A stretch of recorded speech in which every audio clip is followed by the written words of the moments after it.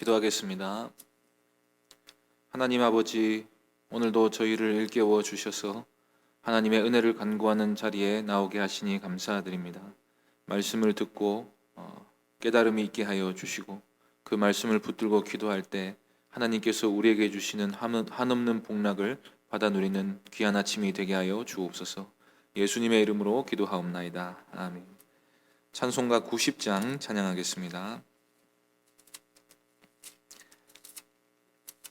찬송가 90장입니다.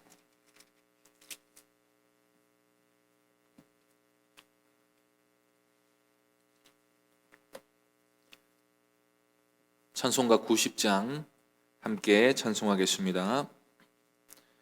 주 예수 내가 알기 전 날 먼저 사랑했네.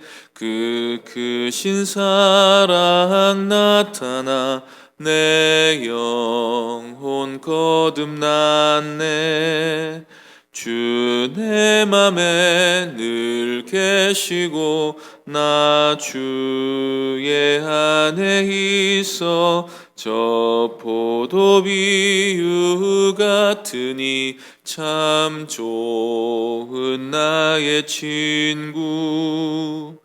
내 친구 되신 예수님 날 원하시려고 그 귀한 몸을 버리사 내 죄를 대속했네. 나 주님을 늘 믿으며 그 손을 의지하고 내 몸과 마음을 바쳐서 끝까지 충성하리.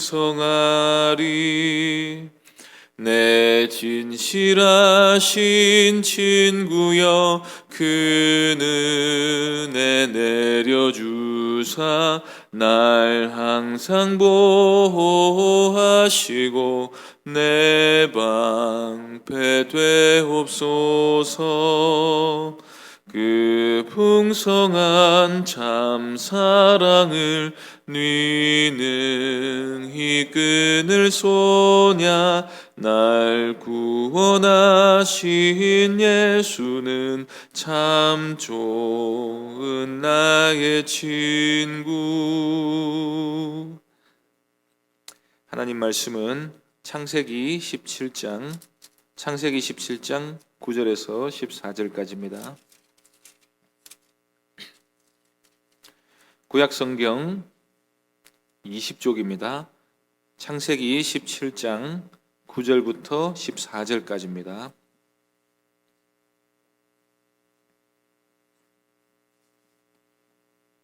창세기 17장 9절부터 14절까지 한 절씩 교독하겠습니다. 하나님이 또 아브라함에게 이르시되 그런즉 너는 내 언약을 지키고 내 후손도 대대로 지키라.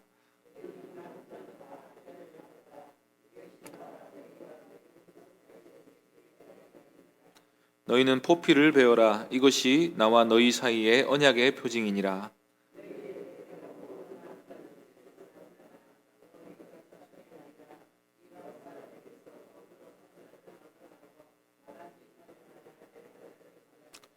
너희 집에서 난 자든지 너희 돈으로 산 자든지 할례를 받아야 하리니 이에 내 언약이 너희 살이 있어 영원한 언약이 되려니와.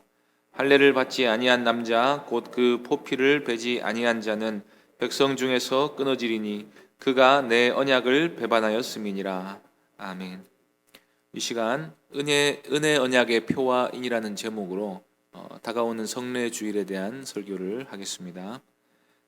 기독교 성례는 세례와 성찬을 합쳐서 성례라고 하는 것입니다. 예수님은 우리가 교회로 모였을 때 이 세례와 성찬을 하라고 명령하셨습니다. 예수님이 모였을 때 우리 보고 하라고 한 의식이 거의 없습니다. 세례와 성찬 두 가지가 전부입니다. 그 말은 뒤집으면 그만큼 세례와 성찬을 하는 것이 중요하다는 뜻이 됩니다. 로마 카톨릭은 성례를 7개나 만들었습니다. 그 중에서 유명한 것이 고해 성사입니다. 죄를 고백하는 일은 중요합니다. 그런데 주님은 고해 성사를 성례로 제정하신 적이 없습니다. 그래서 죄를 자복하는 일은 개인적으로나 별도로 할 일이지 성례로 지켜야 할 일은 아닙니다. 교회가 공적으로 반드시 해야 할 의식은 단 두 가지뿐입니다. 교회가 세례와 성찬을 성례로 지키는 것은 선택사항이 아니라 주님의 명령입니다. 우리는 성경에서 그 근거를 찾는 것입니다. 중요한 문제니까 오늘과 내일은 이 성례가 무엇인지, 성례의 의미가 무엇인지를 생각해 보는 시간을 갖겠습니다. 먼저 하나 예를 들겠습니다. 남녀가 결혼식을 하지 않아도 서로 부부가 될 수 있습니다. 해마다 결혼 기념일을 기념하지 않아도 서로에 대한 사랑이 깊어질 수가 있습니다. 결혼식을 생략하고 혼인신고를 해서 법적으로 부부가 되거나 아니면 동거만 해서 사실혼 관계로 남아있을 수 있습니다. 유럽 같은 곳에서는 이미 그렇게 하는 데가 많고 우리나라도 점점 결혼식이나 심지어 혼인신고도 생략하는 일이 앞으로 더 많아질 것으로 생각이 됩니다. 사실 결혼식은 어떤 경우에는 허례허식이라고 할 만큼 불편하고 돈이 꽤 많이 드는 일입니다. 그런데도 많은 사람들이 결혼식을 하기를 원합니다. 정식으로 부부가 되는 커플들은 결혼식 전에도 서둘러 혼인신고부터 하는 경우도 많습니다. 그 이유가 무엇입니까? 이 결혼식을 하면 구속력이 달라지기 때문입니다. 단순히 동거를 하는 경우와 혼인신고를 하여 법적으로 된 경우는 그 구속력이 법적으로 부부가 된 경우는 그 구속력이 같지가 않습니다. 구속력이 약하면 갈라서는 일도 쉬워집니다. 혼인신고만 하고 대충 사는 경우와 결혼식을 성대하게 치른 경우도 구속력이 같지가 않습니다. 결혼식을 통해 만인 앞에서 부부로 선포된 경우가 훨씬 더 구속력이 강합니다. 이제 둘 사이의 결혼 관계가 단순히 둘 사이의 관계로만 국한되지 않는 것입니다. 결혼식을 어떻게 하느냐도 차이가 납니다. 세상 사람들은 결혼식까지 해도 쉽게 이혼해 버립니다. 그 이유는 그 결혼이 자기들끼리의 약속에 불과하기 때문입니다. 그러나 그리스도인들은 하나님 앞에서 결혼 서약을 합니다. 그래서 그 결속력이 더욱 강합니다. 결혼에 대한 인식 차이나 서로를 섬기려 하는 자세가 결혼 관계를 유지하는 근본적인 힘이지만 어떤 방식으로 둘 사이의 결혼을 확증했느냐, 둘 사이의 결혼을 표시했느냐 하는 것이 그 결혼의 의미를 아주 크게 강화시키는 것입니다. 해마다 이 결혼 날짜를 기념하는 일은 어떨까요? 해마다 결혼 기념일을 지키지 않는다고 해서 결혼 관계가 끝나는 것은 아닙니다. 한번 결혼했으면 그걸 갱신할 필요는 없습니다. 그래서 결혼 기념일은 어디까지나 기념일일 뿐입니다.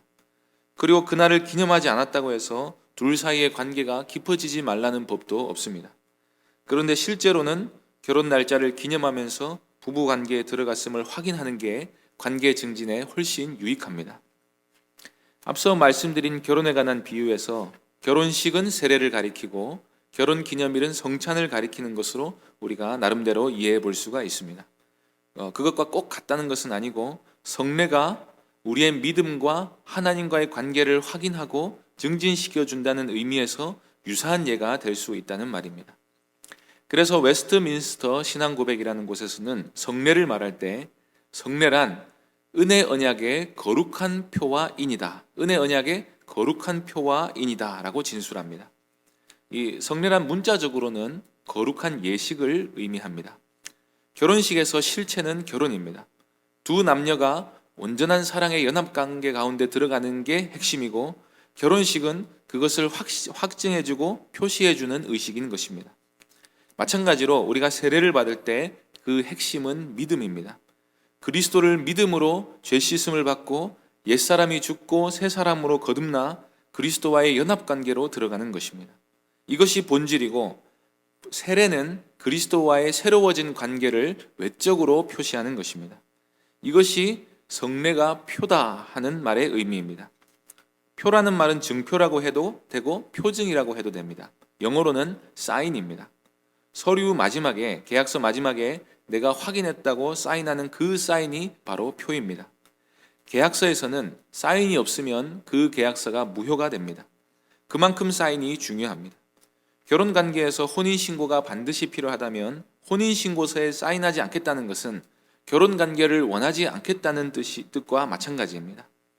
의식이나 계약서가 아무리 본질이 아니고 외적인 표시라 할지라도 그것이 없으면 이 표가 없으면 본질이나 실체를 부인하는 것과 마찬가지라는 것입니다. 그래서 우리가 구원을 믿음으로 받는다 할지라도 반드시 세례가 필요한 것입니다. 마가복음 16장 16절에서 예수님이 이런 말씀을 하십니다. 믿고 세례를 받는 사람은 구원을 받을 것이요 믿지 않는 사람은 정죄를 받으리라. 믿고 세례를 받는 사람이 구원을 받는다고 하십니다.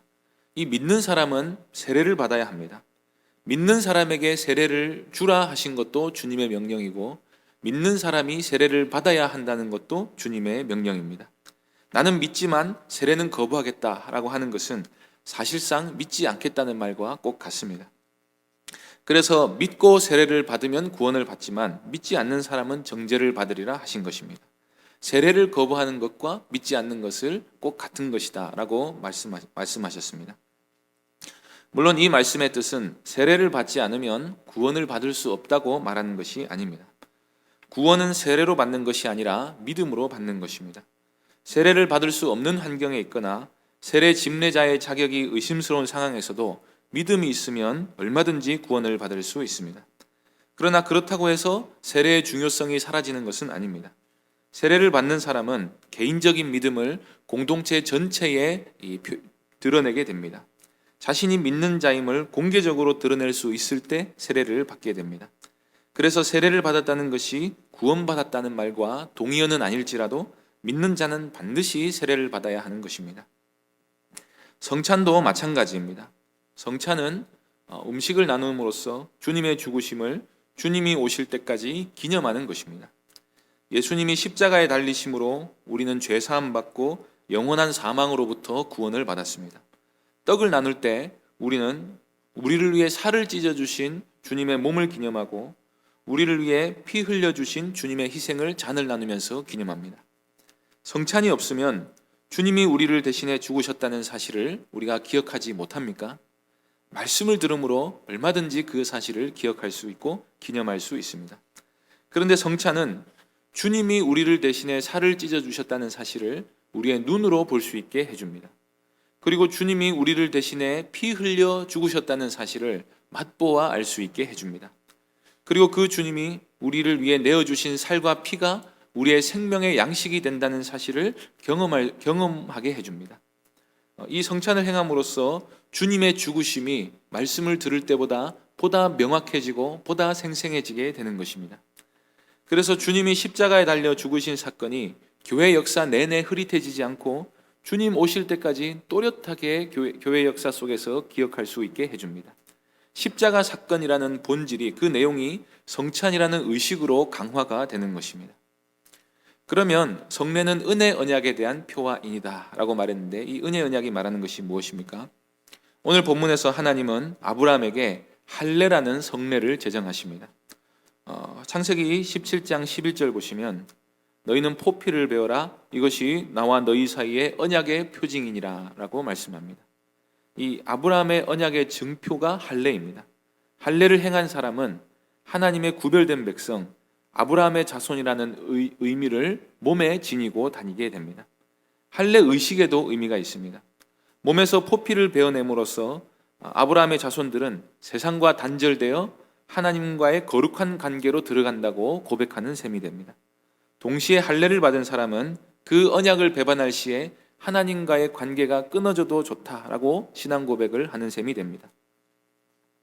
그와 동시에 할례는 하나님의 백성이라는 사실을 새긴 인장, 즉 도장과도 같습니다. 아브라함의 자손이라는 흔적을 하나님이 그 몸에다가 새겨버리시는 것입니다. 할례가 아브라함 언약의 표와 인인 것처럼 오늘날 교회가 지키는 성례는 이 새 언약의 표와 인입니다. 예수님께서는 자신의 죽음과 부활로 말미암은 새 언약을 세우셨습니다. 성례에 참여하는 사람은 예수님과 새 언약 관계로 들어가는 것입니다. 그리고 그 언약을 기억하고 그 언약 관계에 신실하기로 결단하는 것과 같습니다. 또 성례에 참여함으로 말미암아 우리는 하나님이 성령으로 우리를 인치셨다는 사실을 확신하게 됩니다. 성령의 인치심이 본질이고 성례는 그 인치심을 외적으로 표시해 주는 것입니다. 세례를 받을 때 우리는 성령께서 우리를 하나님의 소유로 삼으셨다 하는 사실을 눈으로 보게 됩니다. 성찬에 참여할 때 우리는 성령께서 우리를 거룩하게 하신다 하는 사실을 우리의 오감으로 경험하게 됩니다. 그래서 오늘 우리가 성례에 관해서 기억해야 될 것은 크게 세 가지입니다. 첫째로, 성례는 주님이 제정하신 것입니다. 그래서 우리는 성례를 주님 오실 때까지 반드시 시행해야 되고 또 지켜야 됩니다.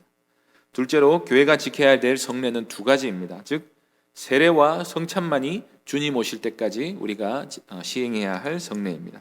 셋째로, 성례는 은혜 언약의 거룩한 표와 인입니다. 성례를 통해 우리가 그리스도로 말미암아 죄사함 받고 구원받아 그리스도와 연합된 존재이고 하나님의 소유가 되어서 하나님께로부터 생명을 받아 누리고 하나님 나라를 위해 우리의 목숨까지도 걸어야 되는 존재다 하는 사실을 나타내게 됩니다. 즉, 이 성례에 참여함으로 말미암아 우리의 믿음이 더욱 굳세어지게 되는 것입니다. 이번 다가오는 주일에 있을 이 성례에 참여할 때 이 성례의 의미가 무엇인지를 마음에 새겨서 하나님께로부터 오는 풍성한 은혜를 더욱 많이 받아 누리는 귀한 복된 성례주의 될 수 있기를 바랍니다. 기도하겠습니다.